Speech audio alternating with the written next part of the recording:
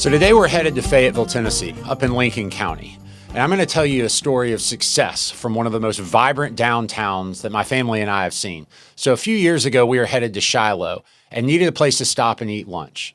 We hopped out and saw this beautiful downtown square with businesses just packed. There was actually an event going on the courthouse lawn.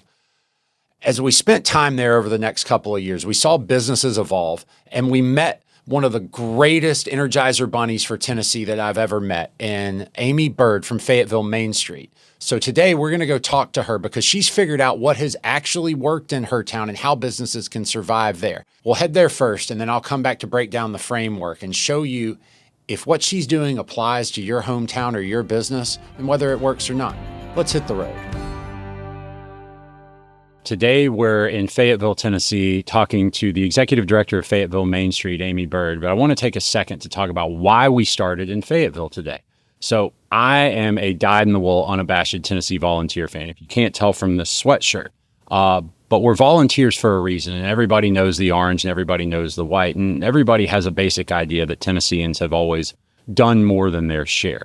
But we are in the home of the moniker volunteers. So Camp Blunt, which is maybe a mile down the road from we are today, was the muster site where General Andrew Jackson, my favorite Tennessean, I'm sorry, I'm claiming him North Carolina, you can't have him back, called Tennesseans to volunteer during the War of 1812. Now, it was called the Creek War in 1813, but it was merely a subsect of the war in 1812. 3,500 Tennesseans showed up to volunteer to fight for their country that day. And I can make some very small leaps to say that I know that General Andrew Jackson was the commanding officer that beat back the British. But I can also say that I know that the 3,500 Tennesseans from Fayetteville went to lower Mississippi and they didn't come home before they went and fought at Chalmette, Louisiana in the Battle of New Orleans. So I can say definitively today that Tennessee is the reason we do not speak the King's English. So it is an honor to be here in Fayetteville today. Let me introduce my guest and very good friend, a lady that runs one of the more vibrant nonprofits in the state, developing a downtown area, Miss Aimee Byrd. Thank you so much for having me, Arch. I'm thrilled to be here. And, going all the way back to the Camp Blunt days, did you know that the Lincoln County process, which is what makes whiskey, Tennessee whiskey, did you know they carried that process down to New Orleans and Bourbon Street? It's because of the whiskey that was distilled right here in Lincoln County using the Lincoln County process. And that's how it became the bourbon down there. I had no idea. Yeah, even Kentucky bourbon, it was born right here in Lincoln County.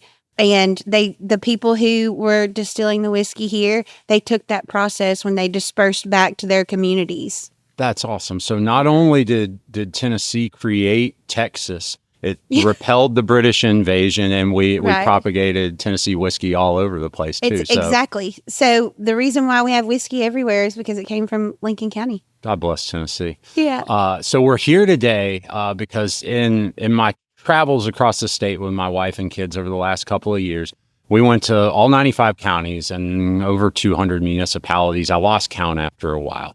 And as you travel around the state, you get to meet some really great people, but you get to see the towns that they work in and that they play in. And we happened to come through Fayetteville a couple of years ago. We were on our way to Shiloh.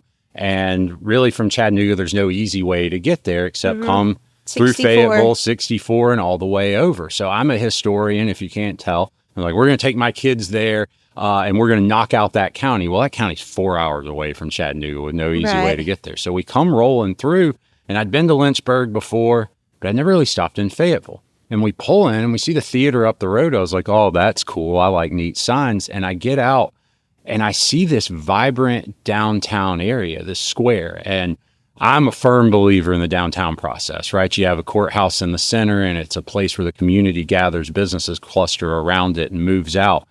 I've never seen a town in Tennessee be this vibrant in the middle of the week before.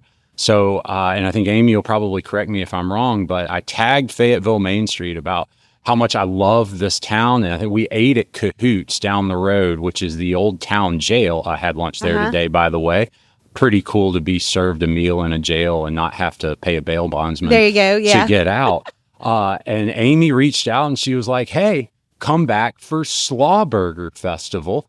And sure enough, we did. And the crowd that was here for Slaw Burger Festival, there's not that many people that live in Lincoln County. Right. She brought in people from all over this part of the state, and every last one of those people spent money here locally. So, Aimee, why don't you tell them who you are and what you do here? So we're not the tourism bureau, but we do want to focus on tourism and bring those people in, because every penny spent through tourism, it helps our property taxes, or helps the tax income for our citizens who live here. So sales tax, when you have an event like that, they're coming to spend money with intention. They're not just coming with a couple of dollars in their pocket and like, oh, we'll just go have a good time, see what we can do for free, which we also, we have a lot of free activities. But, we want our merchants exposed. We want them to have a good day as well. And so whenever I first started, we did do First Fridays and Slaw Burger Festival. We've taken it to a whole nother level in trying to promote it outside of Lincoln County. Yeah, and I think you've done a tremendous job, even as we've come through in the last couple of years, and even since earlier this year. Those of you that know me, I troll social media a lot. I love to find out what's going on in our state. There's always something going on here. Always. But it's progress. It's not activity, right? I have a political background where a lot of times you just put people in a room, take a picture, and say, hey, it was an incredible success. Every time I come to this community, though, there's not just new businesses, but there's businesses that are going to be anchors for the community. I think you and I have talked about in some of our discussions how you've reached that point in the Main Street process for economic vitality where you're trying to find a good base. So why don't you tell me a couple of things that has worked well in your community and maybe a couple of things that hasn't worked well for Fayetteville Main Street? Yeah, so I think, anybody can open a business. We're in America, so anyone can open a business, but they need resources and they need help.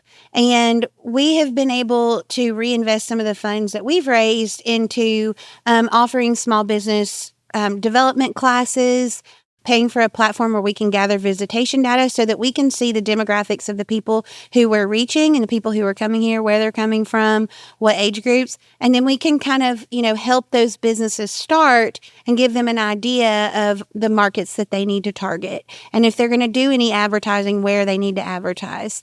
And so providing those resources for those businesses to help them become a sustainable business downtown, that's what really matters. Because like I said, anybody can open a business, but you have to do it with support and know your customer base, know the market that you need to reach, not just the market that you are reaching. Yeah, one of the things I thought was super cool, and we're just upstairs from Aimee's office at Fayetteville Main Street, and what I will say is the coolest Airbnb I've ever been into. Thanks to Joe for letting us stay here last night. But downstairs, they've got all sorts of office spaces. And, I'm from Hamilton County, and we've got the small business incubator down there. And there's been millions of dollars in economic development that has come through there. And it seems to be that's what you're trying to do here. Yeah. So whenever I became the director in April of 2022, prior to that, I'd served on the board for about 18 months. And we did not have a director for a while.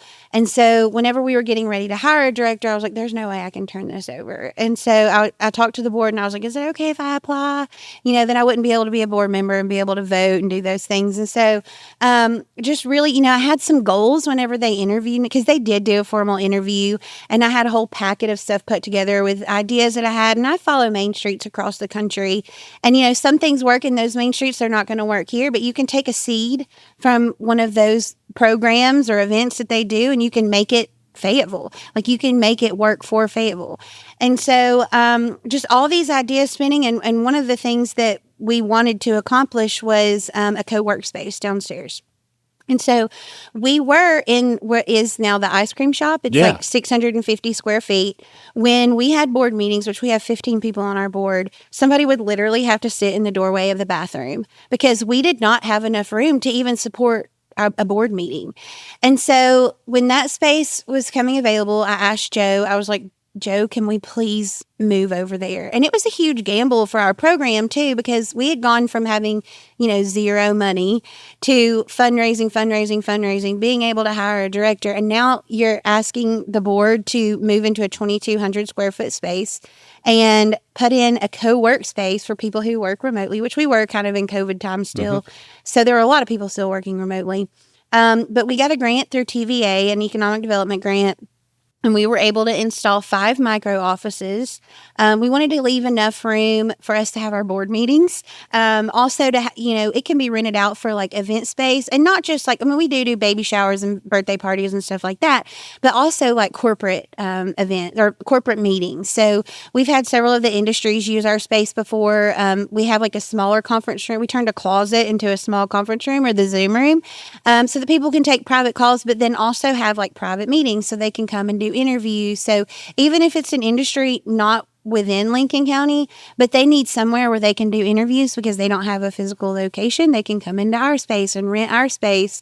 But just, we've been able to save time and money by having that space because, like I said earlier, we offer classes for small businesses and trying to develop those out and make them sustainable. Well, now we have our own space that we can do that in. Yeah. And we don't have to spend time carting everything over to our municipal building or trying to find a place to rent. And we have it all right there. I can come in the morning, put something in the crock pot, and I'm good to go when everybody starts arriving. I'm like, okay, I have dinner for y'all. Because, everybody is tired when they get off work. They've been running their business all day. And so we want it to be a space that's warm and comfortable to everybody and familiar, so they feel at home when they come in. And we feed them dinner and get started. And we always want our classes to be interactive and hands-on, and everybody feel comfortable talking about their business together. And so, maybe there is someone who's a little bit shy, but they hear everybody else talking about what's working for them, and then like, oh yeah, like that's working for me too. And it just creates a conversation among our business owners so that they can kind of keep tabs on trends and new technology and things that otherwise they wouldn't hear about. So Aimee probably doesn't know all of this, but this morning I went and met, I've got some mutual friends with a former county executive here, and I didn't tell them what I was doing. I didn't mention anybody's names because I'm just not that type of guy. But what I said was, we're staying in downtown Fayetteville, and man, there's a lot going on. And he said, what did he say? I need to hear what he said. He said 3 years ago, there wasn't any business down here and there was nothing to do. He goes, it's vibrant. Yes. He was so excited about all the work that's happened here. And I say all of this because I'm really proud of Aimee and what Fayetteville's done, but she's been a good friend to me. When I started my business, she helped me out. She was the first person that ever recognized me in public. My wife actually claimed me, which was really, really cool. But every time we've been to this town, we've gone around the courthouse square, which is truly just beautiful, by the way. And we've shopped, and there's great stuff. But this morning, every single store that we went to said hello to us. Yes. Everybody knew you or had been at this party last night, and we went to that Tigress store down on the corner. Yeah. The lovely ladies, when we walked in, were talking, and I say this and jokingly, trash about a person that came in and said they had been to a couple of stores and nobody had introduced them, and they were just beside themselves that the personal touch wasn't there. And I'm thinking, I've never been into a store in Fayetteville where somebody hasn't introduced themselves to me. And I think that's the feeling and the partnerships that make downtown Fayetteville and communities like it successful. It is a feeling. You have to have a vibrancy. You have to have a catalyst and an energizer bunny for that. And we've discussed, I think you're one of those in the state that we're just here to solve problems, right? Right. The coolest thing that I think about when I think about Fayetteville Main Street and I think about all the work that they do is this lady that's talking to us today. She has a full-time job that is not with Fayetteville Main Street. Yeah. And she does that, I think because she loves this town, but she's like me. She's in economic development, right? Yes. A vibrant downtown, a vibrant Fayetteville may not have 100 acres in the courthouse square to put 1,000-person manufacturer, but guess what? Those people that own those companies are going to come through this town, and they're going to see how vibrant this community is. They're going to go to Cahoots, and they're going to say, boy, the quality of life in this community is great. At 4:30, every restaurant is booked. Mm-hmm. I think my company culture would fit really, really well in there. And this is one of those situations, y'all, where if it's good for the goose, it's good for the gander, right? Oh my gosh, I've used that phrase so many times. I know our president of our board is in the room now. I'm sure she's heard me say that. Aimee probably fed Arch that line. Because I've said that so many times. What's good for the goose is good for the gander, because I try to make, so we have city government and county government. And so it's hard to communicate that message to the county that what we're doing downtown is also beneficial to our county. And so like at GovCon this year, it was in Murfreesboro, and I think it was the chamber director of Dyersburg. Yeah. And he said that he had people come in and they say, well, you're not taking care of downtown, so you're not going to take care of me. And so it's that good first impression, and it helps. We work closely with our industrial development board and the director out there, Elaine Middleton. She's great. She is. You got to meet her last night. And you had met her we before had met at GovCon. At GovCon and at a Tennessee Chamber of Commerce thing, and she's phenomenal. She is. Yeah, so it takes those movers and shakers, and like Elaine and I are very similar in that we want to get stuff done, and we want to push the limits in a healthy way. Yeah. But it's still, we both of us face, roadblocks, and you can't. Someone told me, Charles Gleghorn, he owns a local bank here. He's the chairman of one of the local banks here, and I've been good friends with him for a while. And I would call him with some of my frustrations, and he gives great advice. And I have some of his like one-liners like in the notes on my phone. But he said, you don't have to walk through people, but you can walk around them. So find a way to get it done when you face those roadblocks or those people who just want to beat you over the head with negativity and tell you you're wrong, this is not going to work. Find a way to make it work. And that's really what I've tried to do the past 3 years. Because, in an old town like this, we were established in 1809. There are still families who, were here in 1809. Yep. And I'm not from here, too. So that was like a really hard barrier for me to break. You would hear it all the time. You're not from here. You don't understand. Well, that's exactly why I understand. I've traveled a lot. I've lived a lot of places. And just trying to, again, communicate that message on, I think this will work. So let's do what we can to make it happen, and trying to get the support. I feel like this year has really been the turning point, because I feel like I ticked a bunch of people off when I came in, because I just came in like hell on wheels. Mm-hmm. I want to do this. But I feel like the tide has finally turned this year in particular, and people are like, okay, I see it now. I see the vision. I see what's happening. And, I just want to keep doing what I feel like in my heart is right. And yeah, we haven't been a success in everything that we've tried, but we just keep trying new things, and we'll find something that works. And if not, the next year we'll change it a little bit and make it work that year. Hard work is undefeated. It is. And I think you guys are starting to bear some fruits of the labor. Absolutely. When we came through a couple of years ago, there were a couple of shops and places that were boarded up, or businesses that you didn't think were going to necessarily do too well. And Aimee probably knew that on the front end, but you need these building owners to have tenants in there because they got rent, they got bills just like everybody else. But what I think has worked better here than almost any place in the state, and we're going to try and talk to some folks like Aimee, is the partnerships and the relationships that you've created here. So I was involved with a wonderful group of people out of Athens, Tennessee, at Athens Insurance. I'd sold a company to them, and a lot of really great human beings. But there's a guy that's now deceased, and I've said this for a while. His name was Buddy Liner. Mm-hmm. Buddy and my dad used to fight for every bit of municipal insurance across East Tennessee, and they were friends, but they're friendly competitors, right? Well, when I got to Athens, Buddy wasn't really selling anymore. He was probably pushing 80, 82. His son, wonderful man, Chris Liner. But Alan used to sit, Alan Carter, who owns Athens Insurance, hey, Alan, would always ask at the end of sales meetings, and by the way, I hate insurance sales meetings. They're just terrible, but this made it worth going every month. And I miss this guy, and I met some really good people up there. And the thing he would say, Alan would ask, Buddy, do you have anything to offer? And Buddy wouldn't have paid attention to a single thing that happened all meeting long, but he would raise his hand and he would say, it's all about the relationships. It is. It's all about the relationships. Relationships will get you hired. Relationships will save you from getting fired. Relationships will get you through tough problems. Mm-hmm. Relationships will build a community together that can see the light at the end of the tunnel. And I think you can never get comfortable, right? You and I have talked about this before, that stasis is the most dangerous thing in business or economic development, because the second you get comfortable, McMinnville or Dyersburg or Chattanooga is going to keep hustling for that business that you're not getting. Oh, yeah.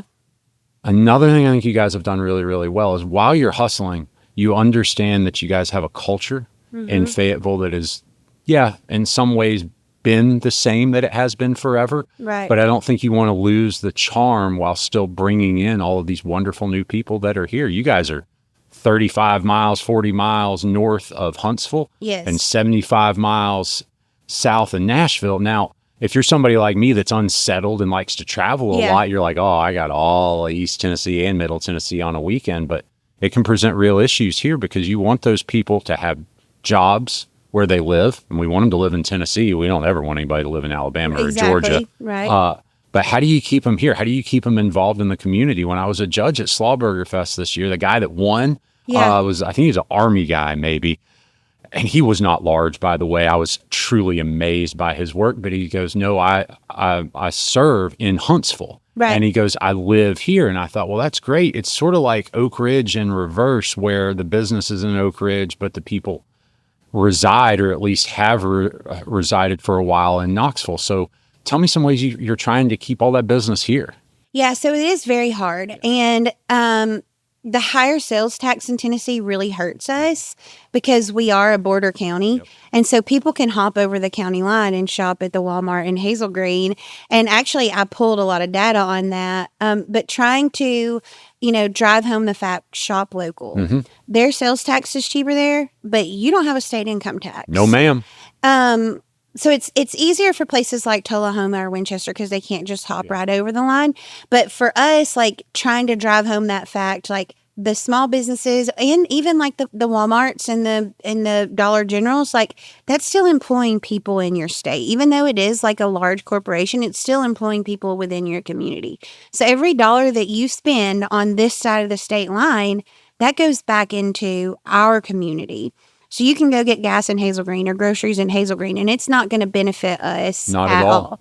And so the people who like complain about roads and schools and, public infrastructure, you're shooting yourself in the foot if you're shopping elsewhere. So you've got to shop small, yes, but shop local is just as important.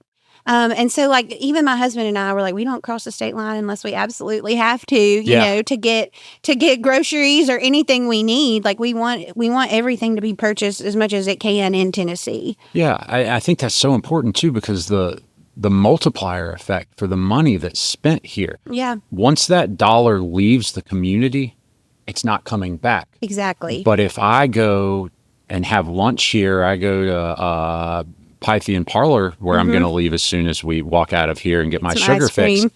Those $5 that I spend here are going straight into a local pocket. Yes. And whoever owns that store is going to spend some of that money. Whoever served the ice cream to us is going to spend some of that money. All that tax money goes to your local economy Yes. here. And sure, we do have a little bit of a higher sales tax, but I will sell our income tax-free state status before I'll sell anything else that Right. our state has to That's offer. why I moved here, Yeah, honestly. I worked for a company that we sold insurance in Tennessee, but it was headquartered in Georgia, and I had to pay income tax down there. And I think that's why I dislike the state of Georgia so Right. much. I believe Tennessee has always been a great environment to do business, but my concern is we have become successful, right? And so sometimes the grass looks greener on the other side of the fence. It never is. Right. It never and like is. American Express just came out with some of the data that 68% of the money that you spend shopping small and shopping local stays within that community. So if you're going somewhere else, you're basically giving away 68% of your money to things that are not going to benefit you. Yeah, and infrastructure projects are interesting, right? Oh And gosh, don't get me started. Yeah, I know. Aimee and I we talked did about talk this about last. some of them. I'm not even gonna bring it up. The thing about it in the state of Tennessee is we have our state seal has always been agriculture and Right. commerce, right? So a lot of farmers in Middle Tennessee, farmers. a lot of farmers in West Tennessee, and you've got big fields. You generally don't have sewer running through them. You don't have water lines running through them. Exactly. You don't have electrical. And economic growth or economic development stops if growth stops. So infrastructure is crucial to what Yeah. we do in the future. Now, you and I have talked about some of our issues that we face in Hamilton County, and I'm a full believer in Hamilton County. And you say that I want all the business in Tennessee to come Right, there first, right. then it can come to Lincoln County second. We'll skip over a couple, but we've reached a point where we're out of developable space for either homes or for industry. So you start looking around at what's next, right? And I look just up north of us to Ray County, where they've got flat land and new sewer and new water. I look at wonderful places like Lincoln County. And while you may have some issues with the river running through it, you have a downtown that wants to bring people in here that have never seen it before. And the charm of this town will make you want to stay. Oh, exactly. So how do I bring you here and your business here? That's what I want to do. And I think it is absolutely imperative that we sell the shop local thing from top to bottom. Absolutely. And I think, not getting behind the 8 ball, like you don't want this company to come look at your, your county and say, well, it's going to take you 2 years to get the infrastructure we need.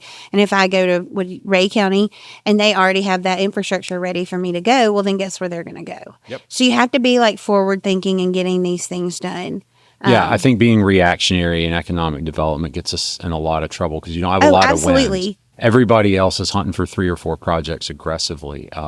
And we've lost a couple in Hamilton County. And look, not all bets, you and I have talked about it, have paid off. We've had Volkswagen in Hamilton County for a long time. They've been a tremendous partner. They were the first plant to go union in Tennessee. So there's a lot of people looking around, well, hey, are they going to be able to continue to operate at the same clip that they have? And I think that they will. And I think they've done a tremendous job. But like things change, right? And when that seed is planted, if it's not cultivated carefully, I think it can grow a lot of weeds. And that's something you guys seem to have done a good job with in finding a way to find homes for businesses that will fit here. Yes. And then finding places for businesses that may work, but don't fit what Main Street is all about. Right. And we try to have like a good mix of things downtown. I think y'all probably noticed like we may have 2 of something, but we're not going to have 3. Yep. Just trying, everything that I need pretty much I can walk to during the day. Like if I have, I've had like a cough before and I just walk across the square to Carter's and get some cough drops or grab something to eat. I'm like, oh, I need an outfit for this. I just, walk over here, need something for my kids. And there's something about, having the good business mix and having those buildings filled. And so like we've been able to work on our vacancy rate, but also like developing relationships, not just with the business owners, but the property owners as well. So that, when they have a tenant who's leaving, Main Street's the first person you call. Like, do you have anybody who's like looking to open a business downtown? I love those questions. And I'll be like, oh yes, I've got 3 or 4 businesses. You take your pick. I'm going to send you their contact information or I can send them yours. Like you let me know what you want to do and we'll try to fill your space as quickly as possible with a business that we believe would be sustainable. And like one of the platforms that we've been able to use, we can pull the data that shows like the gaps in supply and demand. And so we can see this is what we need, this is what we don't need. So trying to recruit those businesses and, definitely, offer more assistance to those businesses than anyone else. Like if we know we're like, oh, well, this one, no, it's really not going to work. But because the demand is not there and we can see that data. So what do you think's holding you back? What do you need to succeed? I think funding is really tough. Like there are all these grants out there and I can write for grants all day long, but if I don't have the match, I can't do it.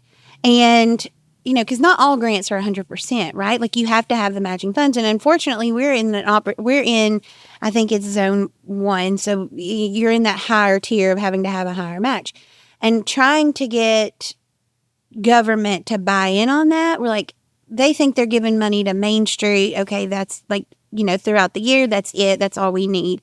But that's really like our operational type stuff. But if there's a grant that we want to apply for, I would like to be able to go comfortably to city or county and be like, hey, I need $25,000 for this match. But I think too, like we face a very large property tax increase a couple of years ago. And honestly, they could probably increase it more because we're at such like, I don't want to say this in a negative way, but at a deficit. And we've kind of fallen behind a little bit on some of the surrounding counties because we need that. We need those, the matching funds for the grant. And I can't be the only one applying for them. No, and it's hard. Amy's right. The state will set your certified rate for the county and the municipalities can go above that rate inside of it. That makes people nervous, right? Because you're looking at, boy, I'm paying a higher property tax. And then I won't use Fayetteville because they haven't done it, but the municipality that I live in Red Bank, I grew up, my grandparents were in there. Boy, what a great community it is. But over the last number of years, we've had 25% property tax increases every single year except for one election year. Exactly. I know, right? That's the problem. And that's the thing that's irritating, right? It's hard to do all the heavy lifting by yourself. But what we talked about last night with Elaine, too, because Elaine, who does their industrial development here, is a warrior, just like Aimee is. And they have punched well above their weight because these two ladies don't want to stop, right? And it's not, I want to barrel over people, but I got to hear Temple Grandin speak a few years ago. Oh my gosh. So cool, amazing, by the way. Yeah. And her thing was this: if you're pounding on the front door and nobody will let you in, why wouldn't you go in the side door? Why wouldn't you use a connection to get around that person that for one way, shape, or form doesn't think you're going to succeed there? Because then when you go around them and you do succeed, it's even that much better. Oh, yeah. It's much sweeter. Right. Exactly. That much sweeter. So we're coming back from lunch, and I was talking to my wife, and they have new sidewalks in downtown Fayetteville. And you wouldn't think that sidewalks would cause a kerfuffle, but sidewalks will cause a kerfuffle. And how could you not like accessibility? But what you told me last night, and I'll let you tell it again, after those sidewalks were put in, how did business development go? Pretty dang good. Pretty dang good, right? So we've only been able to do 2.5 portions of our square, sides of our square. There's 4 sides to a square, by the way, for those of you. Yes. But then there was like a little offshoot that they were able to do with the grant money. I mean, so using Placer AI to tabulate our visitation data, I went back 3 years and I was able to see the growth in visitation on different sides of the square. And the sides of the square that had the work done, the growth exceeded all the other squares. And I'm not talking about just like a couple percentage points. We're talking a difference of 46% versus 9% in growth or for visitation. So some people think it's inaccessible, but it is ADA compliant. Like the problem is that our square was, 1809. That's when it was developed. Not ADA accessible or not compliant. Not ADA accessible at all. So the buildings are up here. The street level is here. Well, you put a wheelchair in front of that building, they're going to roll right into the street. So you can't, that slope is so steep, you can't just have a sidewalk that's that steep. So you have to put some sort of a divider in there. So you have a little bit of the slope here, and then you have flat here, and then a little bit of slope to the street. So that's been really hard and I'm not the city of Fayetteville. I had nothing to do with the sidewalks. I did not vote for it. Please don't come after me.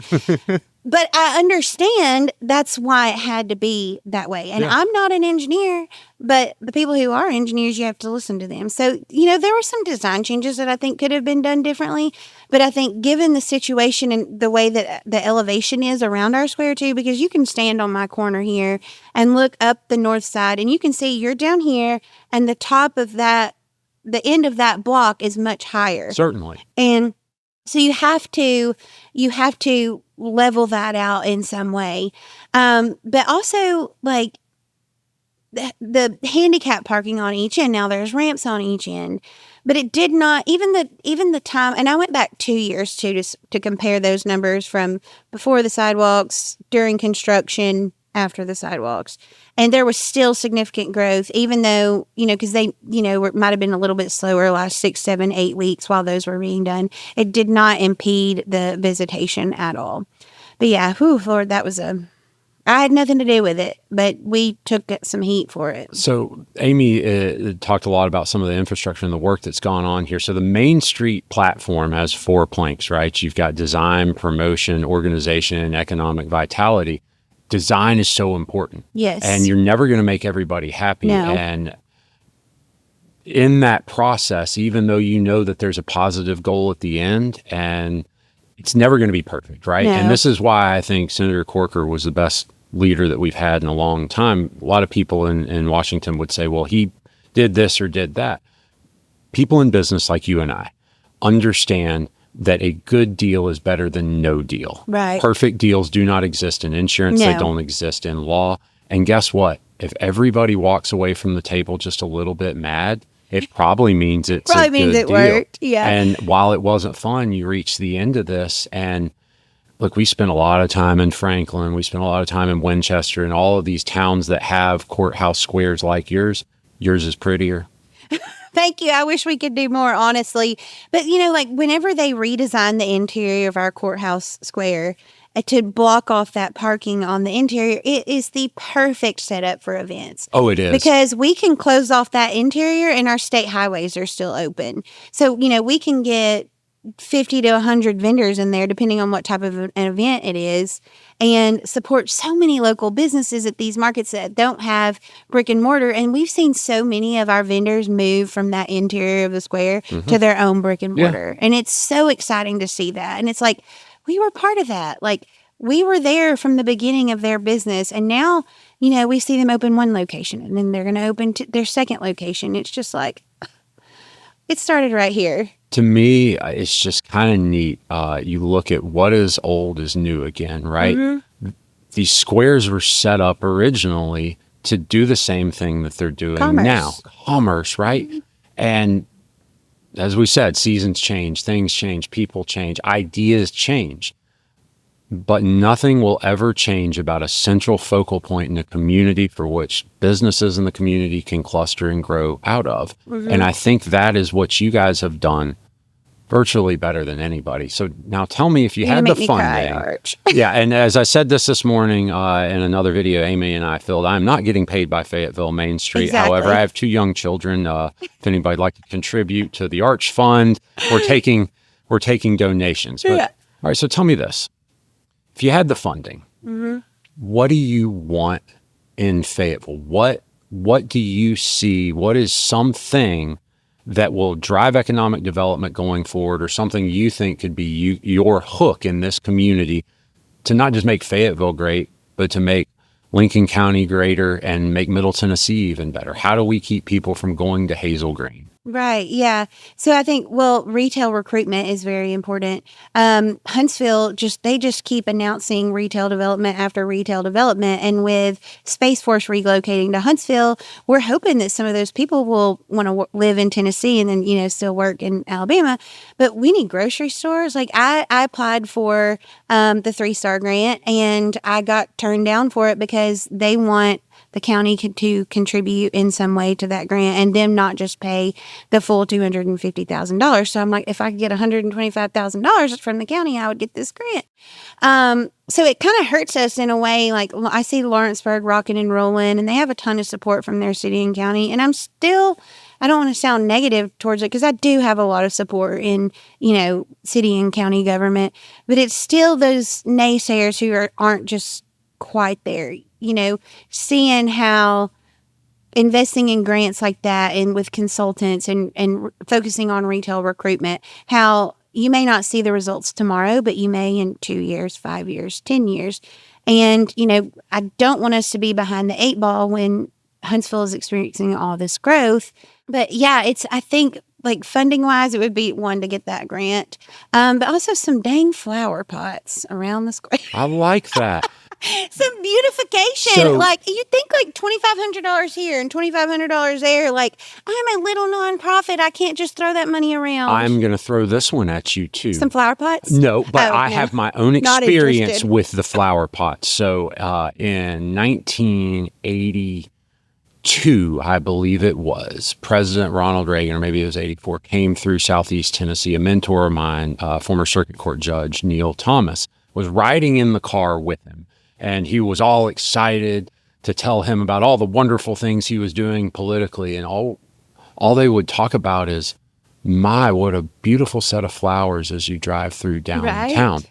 And so he went through a sort of a similar process. And I've been roped into this, have our first board meeting next week, where he got the state of Tennessee to agree to fund an interstate beautification project going through downtown Chattanooga. Mm-hmm. And it was pulling teeth, hair on fire, different administrations for everything else.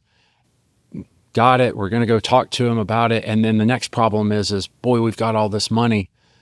Oh no, the operating expenses to do this thing every year, almost as much as the that's money another that thing. it Like, costs. who am I going to get to water the flowers? Yes. Like, because everybody, like, understaffed, Mm-hmm. they can't find employees. They're all overworked. And everybody in our city, they do an incredible job. And I'm so grateful for them. I would not want to ask to add one more thing, but I can't get out there and water flowers every day. Yeah, We you have do a full-time job. someone, right? And plus 3 kids.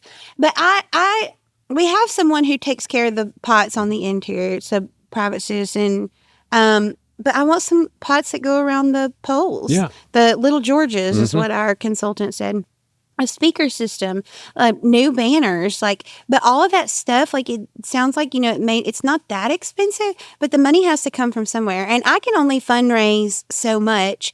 And a lot of the fundraising that we do, it goes back into other programs and not physical things that people can see. Let me ask you or about tangible this. things. And when this was created in Chattanooga, I'll be honest, I got angry about it. I'm a low tax guy. I don't really Yeah. care what you do in your free time, but I don't want to pay any taxes. Right. Downtown in Chattanooga, there was a sense that there needed to be more done to promote what it looked like, redevelopment, redesign. And the idea was floated by one of the people that was running for mayor, 6 years ago or something like this, and had been in a position of power for a long time in town, done a tremendous job, but floated this idea of why don't you have the business owners pay a little bit more out of their pocket just because they are in this area. Yeah. And they created this, I think it's Downtown Chattanooga Alliance. It's been called a couple of different things. And I didn't like it to begin with at all. I mean, I absolutely did not. I thought it was ridiculous. You're taxing and then we're paying Right. another tax. And I'm probably going to get scalped for saying this out loud, but I see those people in the orange trucks at all hours of the day. And my downtown is cleaner than it has been, Yeah. and it's more vibrant. And one of my very good friends in Chattanooga, Cole Webster from the Barn Nursery, hey buddy, hope you're doing all right. They helped put in some of those beautification plants and all the pots and everything. And it's just different. It is different. It's different. It's creating a vibe. It is. Because people, they're going to go to Target for something. Yeah. But what they're going to Target for is not what they're going to come downtown for. They're coming to downtown for the mood, the feel, the vibe, like I said. And you want to make sure that you're doing retail development in a smart way so that it doesn't hurt your small businesses. And you can do that. But we have $330 million that is leaving our county every year. In the past 12 months, I just pulled the data a few weeks ago, $330 million. And so when you think about it, between the city and the county, you're looking at $7 million in tax revenue that they're missing out on. And what they could do with $7 million, because they just repaved a little road over here in the avenues, just a very small stretch of road, $250,000. It's expensive It now, is isn't so it? expensive. But they got the grant, FPU, our utility company here, they got a grant to update the infrastructure around the square and down Mulberry Avenue, which is also a state highway. I'm sure y'all came in on that. Yes, we did. Yeah, bump. Yeah, you came in a on couple. that. But that's progress. It That's is progress, That's and that's what you have to try to make people see, because they've been complaining about the streets before that, but now it's even worse, updating that infrastructure. But with $7 million, all of that's not the state highway, but the little smaller city streets and county roads, that's the $7 million That's a worth lot of of paving. money. That's a lot. It's a lot of money. Mm-hmm. And and if you have that, then they're not having to increase your property tax as much. If you have that sales tax. I'm one of these people that I don't go to county commission meetings anymore just because I got better things to do with my time sometimes. But people get really, really upset when you talk about raising taxes. Yes. But if you just invest your money locally, Yeah. then your taxes probably aren't going to go up a lot, Exactly. right? Because then you can afford to fund the infrastructure projects. And you and I have talked about it. Being in leadership doesn't mean that you're here to make people happy. It means that you're here to do a job. And one of the things that I enjoyed, we talked about last night, was it's not pushing people out of the way, but it's take my hand and let me show you how we get there, right? It's hard for people that are hard charging like you and I, that not everybody can see the same vision that we see. But I think you do a very good job. Where a lot of people are lacking is you communicate with people. We went to dinner down the square last night. Tavern. Yeah, really cool, by the way. If you get a chance to go, check the little QR codes on the wall, because it pulls up a video on the individual you love founding history. fathers. I bet you oh my loved gosh. that. I right? fangirled out on this Oh, thing. did you? It was I have to tell phenomenal. Jeremy and Lindsay that you were just Yeah, in love. so my children won't listen to a single thing I say. I'm sure Okay. all Oh, three of no. yours listen to everything. But if I can teach them history through a QR code on the wall in Oh. Fayetteville, deal. Yeah. Oh, Deal. you definitely need to bring the boys Yeah, back. they're Bring the coming boys back. Everybody always talks about Granville, Tennessee, and how it's Tennessee's Mayberry. And maybe it is for some people, but this is my Mayberry. You love it. Catherine and I have, my wife, who's my much better half, have fallen in love with this community because, as you said, when we come here, there's always a vibe, right? Mm-hmm. And I said, half the people that we saw this morning were at the party last night. Everybody believes in what is going on in downtown Fayetteville. And I think it's because, they believe Not everybody. Don't look at the social media sometimes. Oh, yeah. By the way, don't troll social media if you're in economic development or government. It just gives you a headache. It breaks my heart. It does. I talked to an elected official who I'm close with in Hamilton County who's going through a primary.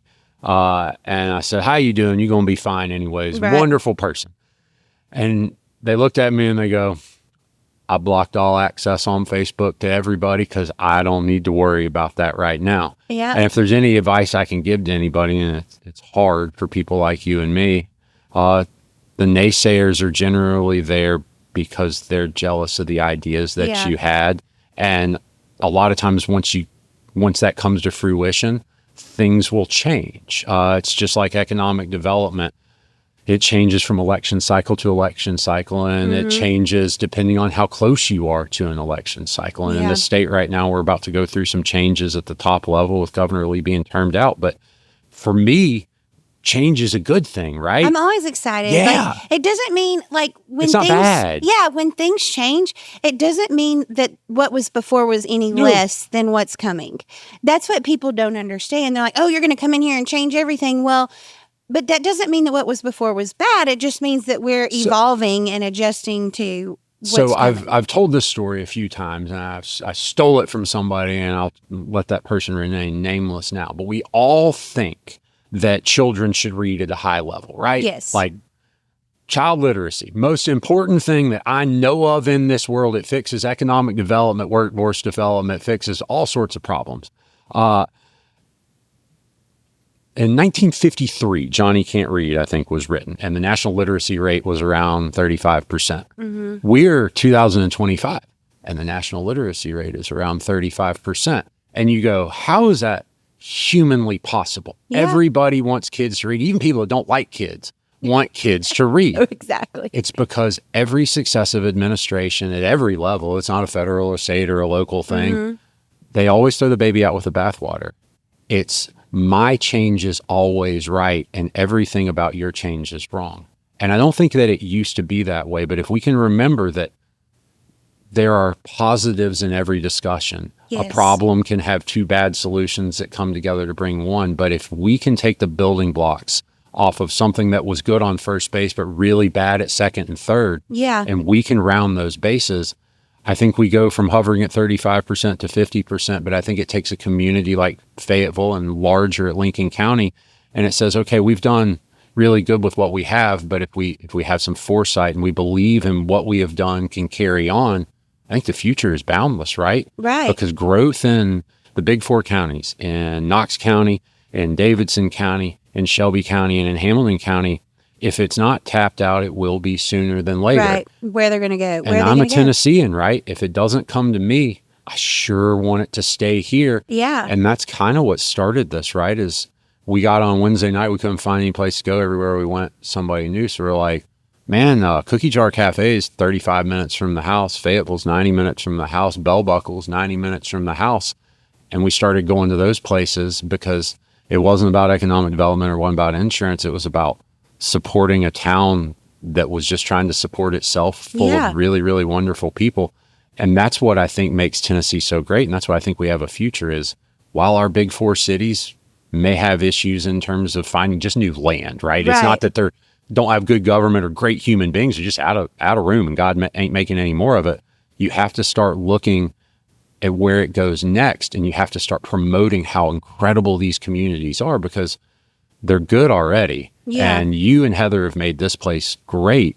But if you just have a little bit more resources, I really truly believe the potential is boundless in Yeah. Fayetteville. And I think too, like having that, we do have a wonderful board, and Heather's our current president, and like trying to get people who are invested on our board and believing in taking risks. That has been crucial, to us developing our program.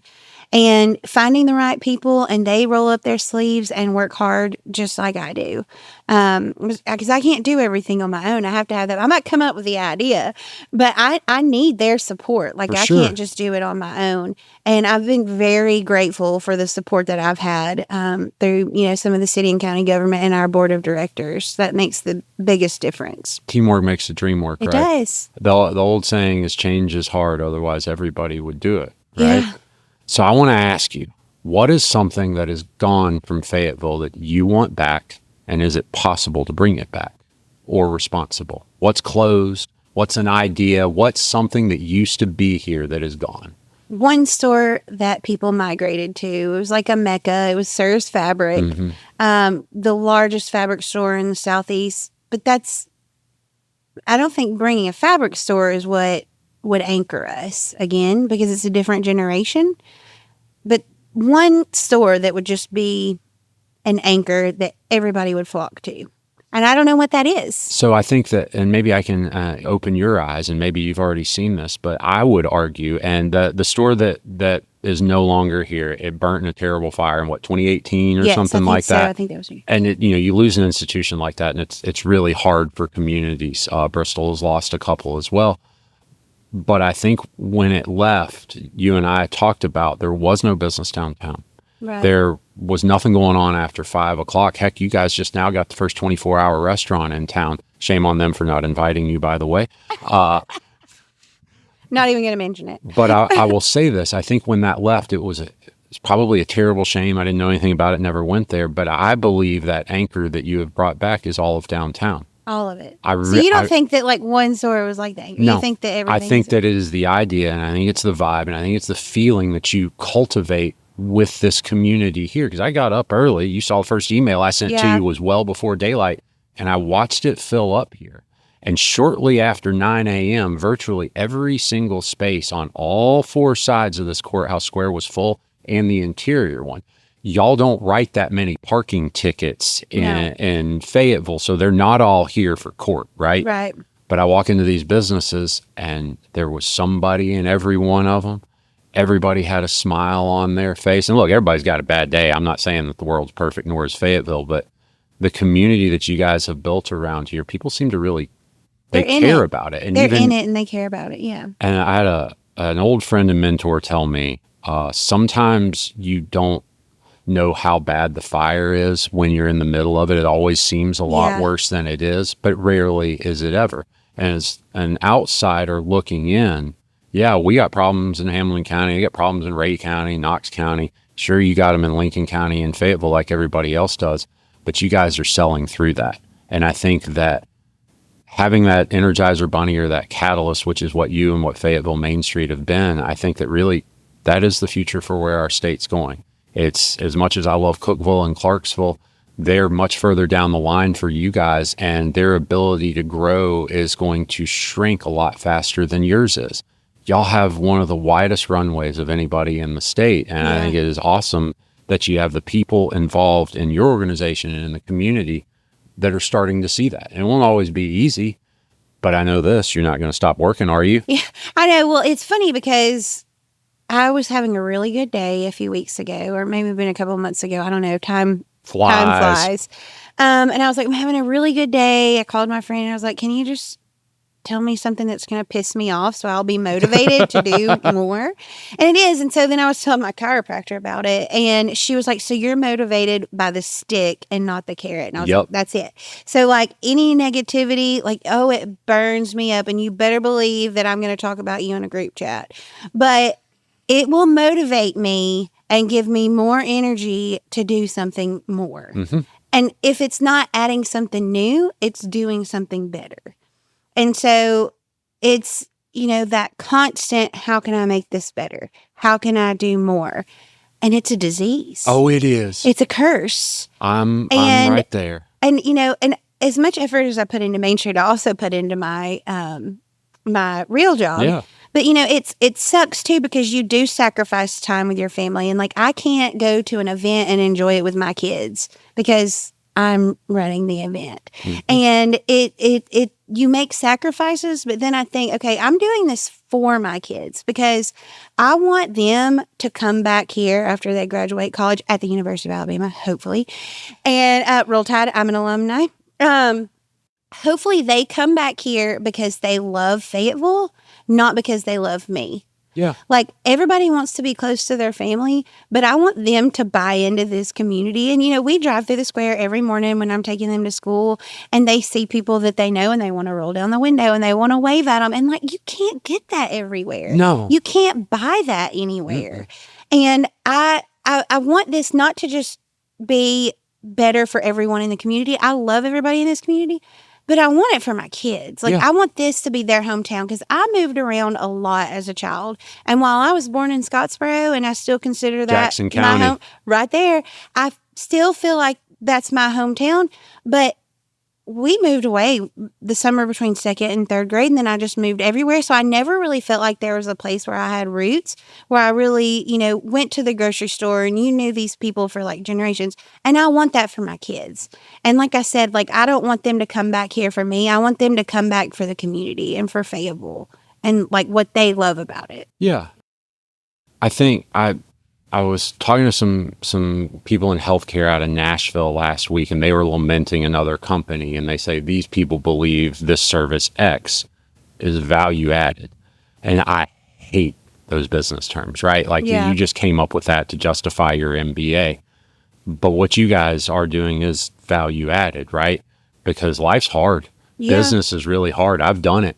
I've bought and sold companies. I've had some sticky wickets sent my way, and probably wouldn't have ever made it through the other side if it wasn't for help, or if it wasn't for relationships, or somebody that said, that kid may be an idiot now, but 5 years from now, probably still going to be an idiot, but maybe he's a successful idiot. Yeah, right? A little bit smarter idiot. Yeah, a little bit smarter idiot. And I think that's what we're all trying to do here. So yeah, I've fallen in love with your community. I've fallen in love with the people here. The businesses here have just been tremendous. Everybody has been so incredibly kind to me. And, is there anything else that I need to know about Fayetteville?